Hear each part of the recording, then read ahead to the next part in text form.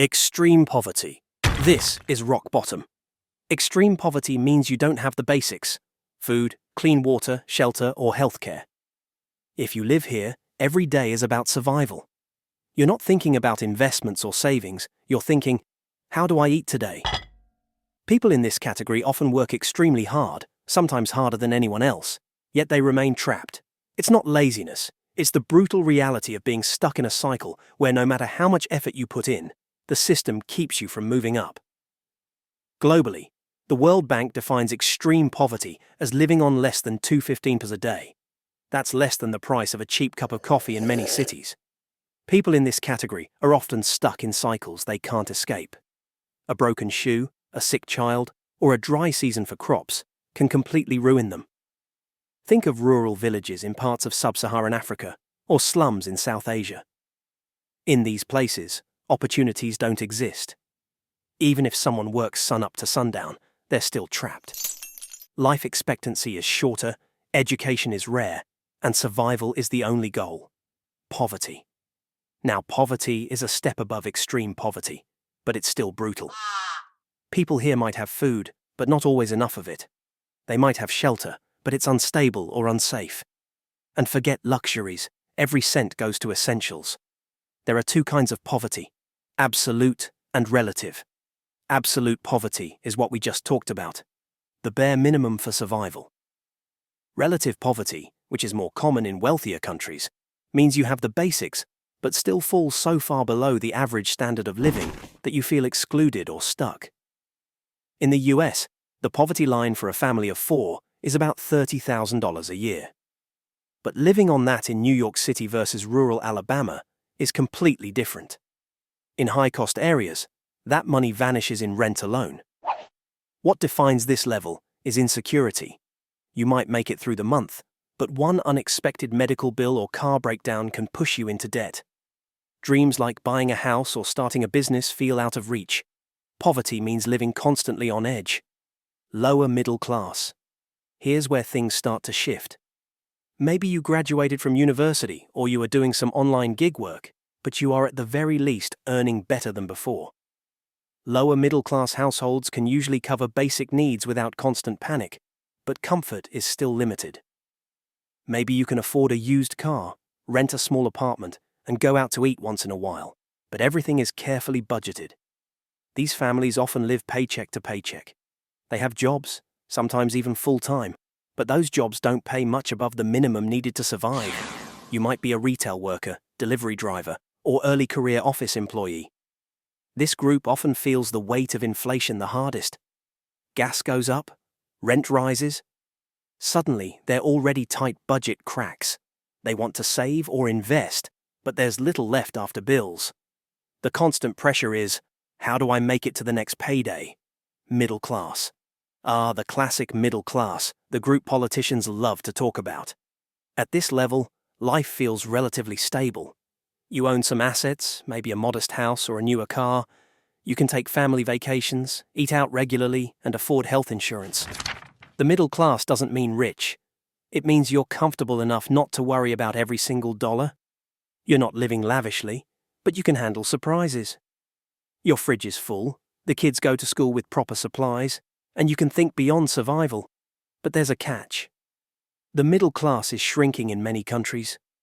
Rising costs of housing, healthcare, and education are squeezing this group.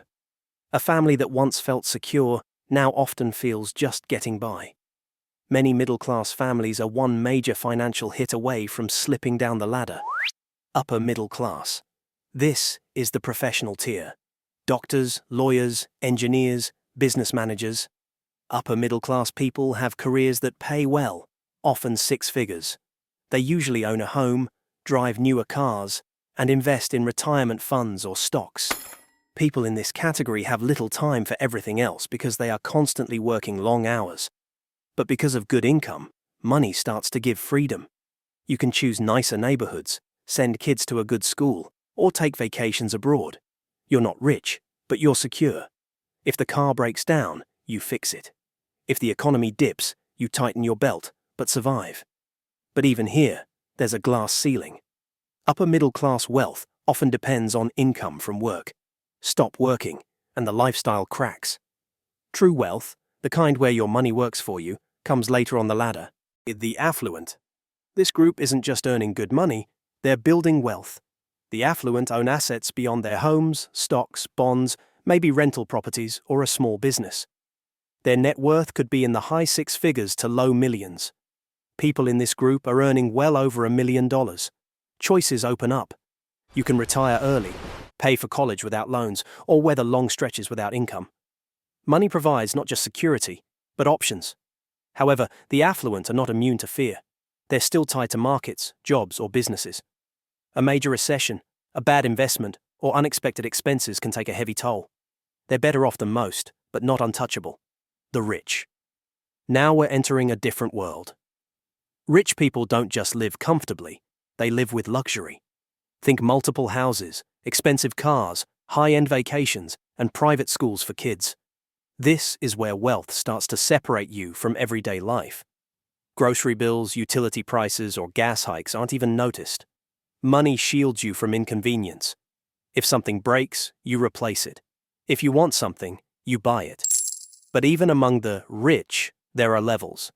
Someone relying on earned income of $500,000 a year in Los Angeles isn't living like someone with $20 million in investments. Still, both are far removed from middle-class stress. The ultra-rich. This is rare air. Net worth in the hundreds of millions. These people are names you recognize. Celebrity athletes, Hollywood stars, hedge fund managers. These ultra-high net worth individuals, or UHNWEs, buy companies as investments and can influence politics with their money. At this level, money creates power. You don't just live comfortably, you can shape industries, media, or culture. Philanthropy, political donations, and legacy projects become tools of influence.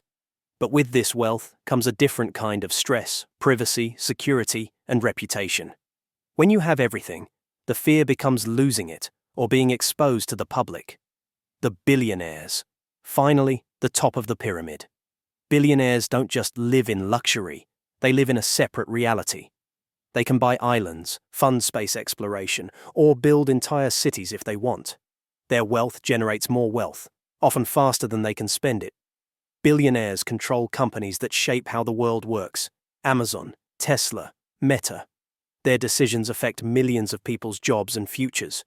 For them, money is not about comfort, it's about legacy and power. But they also live in a bubble. Billionaires don't shop at supermarkets or worry about gas prices. Their world is so far removed from everyday life that comparisons hardly make sense anymore. When you look at all these levels side by side, the gap is staggering. Someone in extreme poverty earning $2 a day and someone making $2 billion a year are living on the same planet but in completely different worlds. And the truth? Most of us will hover somewhere between the lower middle class and the upper middle class. Very few climb to the affluent or rich level, and only a fraction of a fraction reach the billionaire tier. Still, the journey through these levels isn't always linear. People rise and fall depending on luck, choices, and timing. A job loss can push someone down a level. A smart investment or successful business can push them up. So the real question is, where do you sit on this ladder, and how far do you want to climb?